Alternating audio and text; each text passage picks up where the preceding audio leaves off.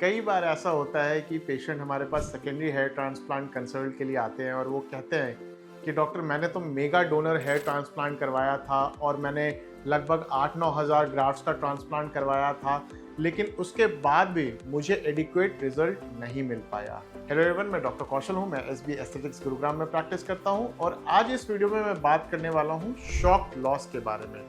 ये एक बहुत ही इंपॉर्टेंट कंसेप्ट है जब भी हम हेयर ट्रांसप्लांट के केसेस को प्लान करते हैं, ताकि जो हमारा रिजल्ट और आउटकम है वो एप्रोप्रिएट आए और पेशेंट्स को इसकी वजह से सफ़र ना करना पड़े।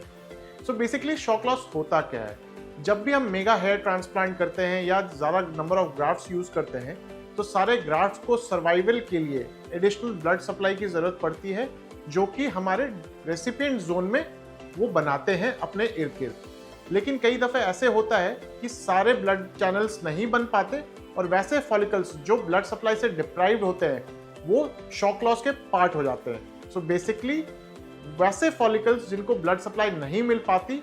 और वो सर्वाइव नहीं कर पाते, जिसकी वजह से वो लॉस हो जाते हैं, उसको हम शॉक लॉस कहते हैं। तो बेसिकली जब हम हेयर ट्रांसप्लांट प्लान करते हैं तो ये सारी चीज़ें तभी हमें कंसिडर करनी होती है कि हमारा डोनर एरिया कैसा है, हमारा रेसिपिएंट जोन कितना है, हम मैक्सिमम नंबर ऑफ फॉलिकल्स क्या यूज़ कर पाएंगे ताकि हमें शॉक लॉस देखने को ना मिले। तो जैसा कि मैंने बताया कि ये सारी चीज़ें हम अपने प्लानिंग के दौरान ही डिसाइड करते हैं कि हमें कितना ट्रांसप्लांट करना है, क्या हमारा डोनर एरिया रहेगा, कितना हमारा रेसिपिएंट जोन में हम कवरेज दे पाएंगे।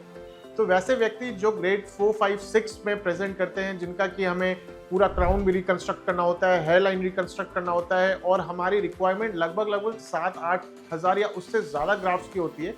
वैसे केसेस में हम प्रेफर करते हैं कि हम इसको 2 पार्ट में डिवाइड करके ट्रांसप्लांट करें, ताकि हमारे जो प्रीशियस फॉलिकल्स हैं डोनर एरिया का, हम उनको जुडिशियसली यूज़ कर पाएँ और हम जो ट्रांसप्लांट कर रहे हैं फॉलिकल्स, उनमें पूरी तरह से ग्रोथ को देख पाएँ। नहीं तो क्या होगा, यदि हम बहुत ज़्यादा फॉलिकल्स एक्सट्रैक्ट करके ट्रांसप्लांट करते हैं और ब्लड वेसल्स नहीं बन पाते उन फॉलिकल्स के अराउंड, तो शॉक लॉस देखने को मिलता है और जैसा हमें डिजायर्ड रिजल्ट होता है वैसा रिजल्ट हमें नहीं मिल पाता है। तो शॉक लॉस को यदि हमें प्रिवेंट करना है तो सबसे ज़रूरी जो होती है वो है एडिक्वेट प्लानिंग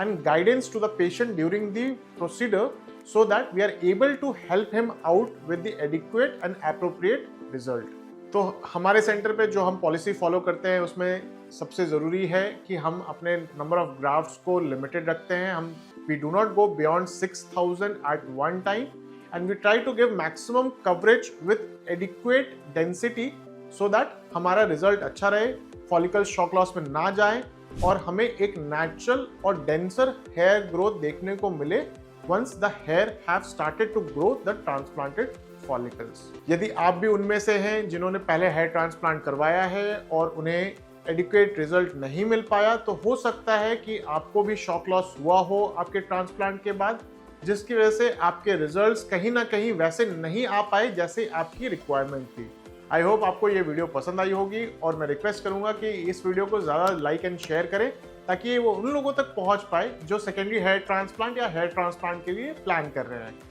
हमारे एसबी ट्राइकोलॉजी चैनल को जरूर सब्सक्राइब करें और नोटिफिकेशन बेल पे क्लिक करना ना भूलें, ताकि आपको रेगुलर अपडेट्स एंड नोटिफिकेशंस मिलती रहें।